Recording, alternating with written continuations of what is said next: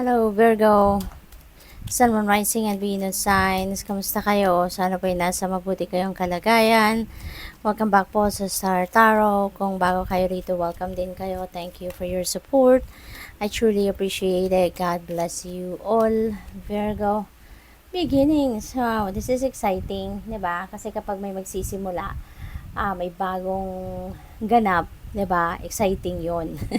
um, Kaya masaya 'to, 'no, masaya 'to at, wag kayong yung paalala sa inyo dito, wag kayong matakot 'no, na magsimula kayo sa maliit. Kasi lahat naman talaga 'di ba, nagsisimula sa mababa, nagsisimula sa maliit na bagay, 'di ba? Wala namang nagsisimula kunyari sa negosyo, wala namang nagsisimula sa negosyo na talagang successful na agad-agad, 'di ba?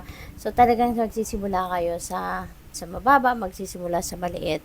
You know, but this is exciting, no? Meron kayong sisimulang bagong ganap sa buhay. So, that could be anything, no? Depende sa inyong sitwasyon. We have persevere. Ayan, leave no stone unturned. Yun lang, kailangan ninyo na magsikap, magtiyaga, no? Lalo-lalo na kung yan ay negosyo, pagkakaperahan, mga ganap na ganyan. No? So, kailangan lang na talagang pagsikapan. Kasi, para mabilis kayong mabilis umangat, mabilis kayong magtagumpay, mabilis ninyong ma-reach, no? Kung ano man ang mga goals ninyo. So, patuloy lang na magsikap. Serenity, value, quiet days with only the rustling leaves breaking the silence. So, siguro din, ito rin ang kailangan ninyo sa ngayon, ano? Gusto ninyo ng tranquility, gusto ninyo ng peace, gusto ninyo ma-experience yung serenity. So, this is really, really beautiful then. Kasi kailangan talaga natin ng balance, 'di ba? Kailangan natin na, uh, kailangan nating magtrabaho, of course, kailangan natin magsipag, magtiyaga. Pero ibibigay din natin dapat sa sarili natin yung tamang panahon din para makapagpahinga, para maka maka-experience din ng tranquility, ng peace, yung ganon, para balanse ang buhay, 'di ba? Transform, rise above any situation and become the best version of you. So, ano to, siguro meron kayong sitwasyon na pagtatagumpayan ninyo.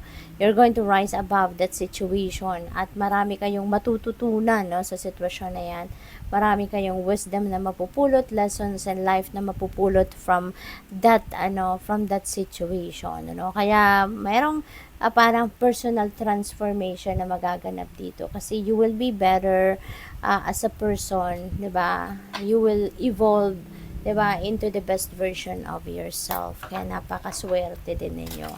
So, tingnan natin kung ano pa ang mga mensahe para sa iyo, Virgo, for today. We have two of cups. Ayan. So, balance and harmony, no, in a relationship. Yan siguro ngayon ang kailangan ninyong sikasuhin, ano, na magkaroon. Baka yun din ang kailangan ninyong i-maintain sa ngayon, na magkaroon ng balanse, hindi lang sa buhay in general, but also in your relationship, no? So, it should be balanced and harmonious, no, yung relationship natin.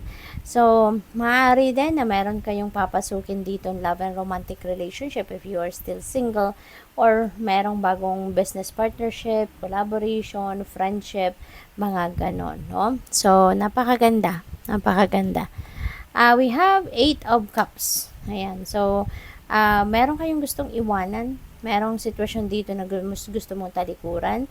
And maybe because pagod na kayo from this, no? Kasi siguro, sawa na kayo. No? Sawa na kayo na laging iyon na lang ang ginagawa ninyo. Or maybe sawa na kayo na dahil wala na kayong magawang bago. No? Wala na kayong magawang bago. Kasi kumbaga, nagawa na ninyo lahat eh. No? Nagawa na ninyo lahat and you have no room. There's no room or there's no pagkakataon, no, sa situation na to na mayroon pa kayong maidadagdag, no? Parang ganon. Para kayo nasa isang matchbox lang, no? At paikot-ikot na lang kayo dyan sa box na yon. Parang ganon. So, gusto mong iwanan ito kasi gusto mong baguhin, no, ang sitwasyon sa buhay mo.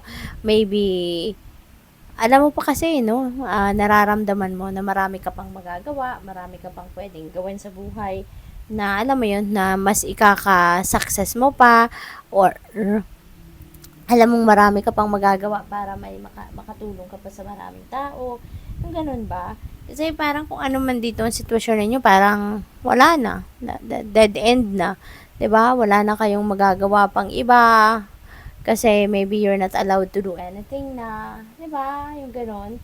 So, ayaw mo ng ganun. Gusto mo na mas marami ka pang magawa, marami ka pang ah may offer kung baga no sa sitwasyon at gusto mong siguro kasi no yung parang naghahanap ka ng deeper meaning no ng inyong existence. Yung alam mo na ayaw mo pang tumigil, no?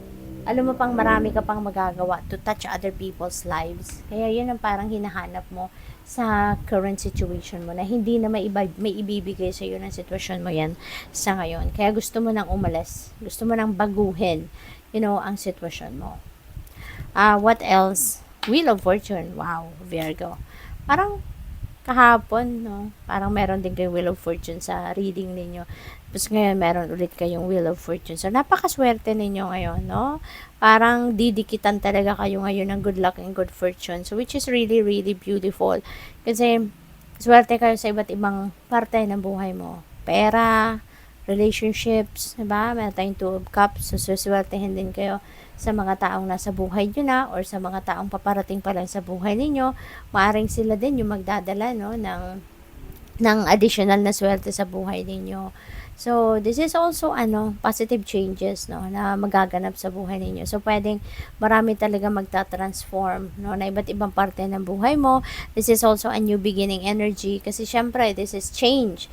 'Di ba? Kapag may pagbabago, so somehow merong tatanggalin, merong mababago sa mga luma, 'di ba? Maaalis na mga luma at merong bagong papasok. So there is definitely a transformation that is going to happen sa buhay ninyo at this time. So yun ang mga kaganapan.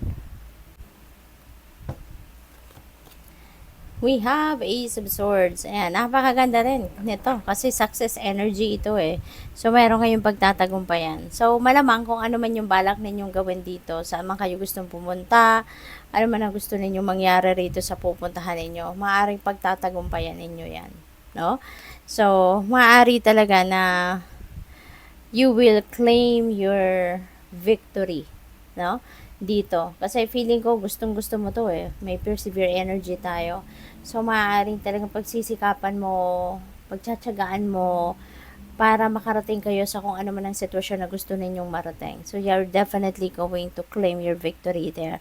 So, this is also new beginning. So, of course, this is new beginning energy, new beginning din ito. So, yun, may beginning energy din tayo doon. So, kung ano, feeling ko, kung ano sisimulan ninyong bagong chapter sa buhay ninyo dito, you are going to succeed sa mga bagay na yun. You are going to choose, the best, for you. So, siguro din, talagang makikinig din kayo sa inyong intuition, at kaya kayo magtatagumpay. Kasi kung ano man, kung kunyari, meron tayong gustong gawin sa buhay, and we are listening to the divine guidance sa atin through our intuition, and we are taking action, so definitely, you can expect, that the universe is going to send you support para ma-carry out mo kung ano man yan na gusto mong mangyari, So, thank you for watching. Love and light. Namaste.